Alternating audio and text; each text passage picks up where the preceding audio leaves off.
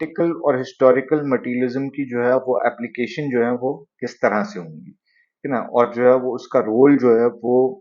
Revolution میں کس طرح سے بنتا ہے.